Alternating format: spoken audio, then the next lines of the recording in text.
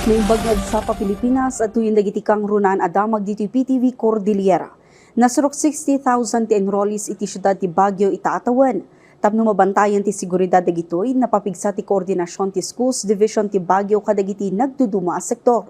Ada report ni Jezreel Kate Lapizan. Matter during your fourth grade, di ba? Yes. Iti pa nagsubli ti klase edi napan alawas, may isa ti Baguio Central School ang naadaan ti parikot gapoy ti kinakurang ti classroom para kadagiti agad-adal. Kas may isa kadagiti kadakkelan nga elementary school iti syudad, pagyamyamanan da nga adda tinaangay a makalawas nga opening block tapno mapagsaganaan dati panagrugi ti formal a klase ita alawas. We were able to get through the opening block. So itong opening block parang nagsilbi na rehearsal for this instructional block. So nagkaroon kami ng konting adjustment as to our time dito sa instructional block. Impasigurado namat ang nakasagana ti pagadalan para iti pakabuklan nga school year. Sigun met iti Baguio Schools Division Office, nagbalin an anayas ti panagrugi ti klase kadagiti 6.7 a pagadalan iti syudad gapo iti napapigsa a koordinasyon kadagiti nagduduma a sektor. Pagyamyamanan damet ti tulong ken suporta dagiti naganak ken ti komunidad kabayatan ti brigada eskwela arason iti naurnos ken nasaya at a pasilidad dagiti pagadalan.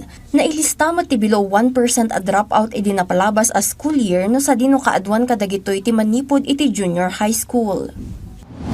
Ito ay natututukan.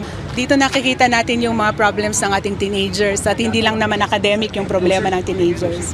It also includes a lot of dynamics sa family, sa community, sa peers din nila, even their own well-being. Itaatawan dumanon iti nasurok a 60,000 ti enrollees kan manamnama ang umatupay daytoy. Tapno mabantayan kan may pasigurado ti seguridad dagitoy napapigsa pa iti partnership iti DepEd Baguio kan Baguio City Police Office no sa dino inaldaw nga adda dagiti nakadeploy a pulis kadagiti school premises.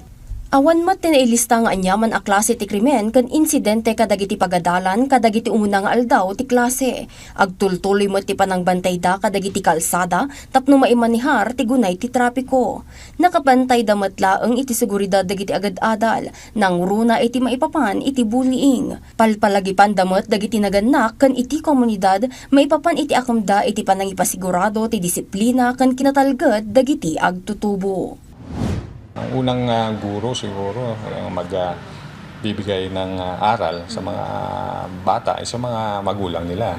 Sa palaging nilang gabayan. At the same time, ituro. While maybe we understand that parents are there to protect their children, but they must also correct them if they're wrong. Ipalpalagip namat nga makikoordinar kan agreport laeng ti publiko iti kapulisan no adda dagiti maobserbaran da akrimen wenno anyaman apangta iti seguridad. Jezreel Kate Lapizan para iti Pagilian. Kabayatan na impatang ni Baguio City Mayor Benjamin Magalong asaan lang a road widening ti solusyon iti nailat agunay ti trapiko iti syudad. Napatagtipan naka-implementar ti Smart Urban Mobility System ngam saan pay nga aprobado iti konseho ti nasaw a plano. Gaputaman na rimaan pay lang ti feasibility study amang saklaw iti nagduduma a pakasaknan ti publiko am apektaran. Dinakamat ti opisyal a public-private partnership initiative ti Smart Urban Mobility System kan AI driven daytoy para iti pan nakadecongest ti trapiko iti syudad.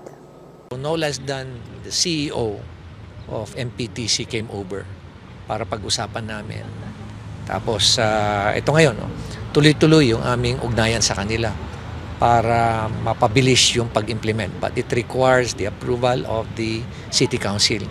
Kaya pina-finalize na nila yung proposal nila and then there will be series of engagement while awaiting the approval of the City Council.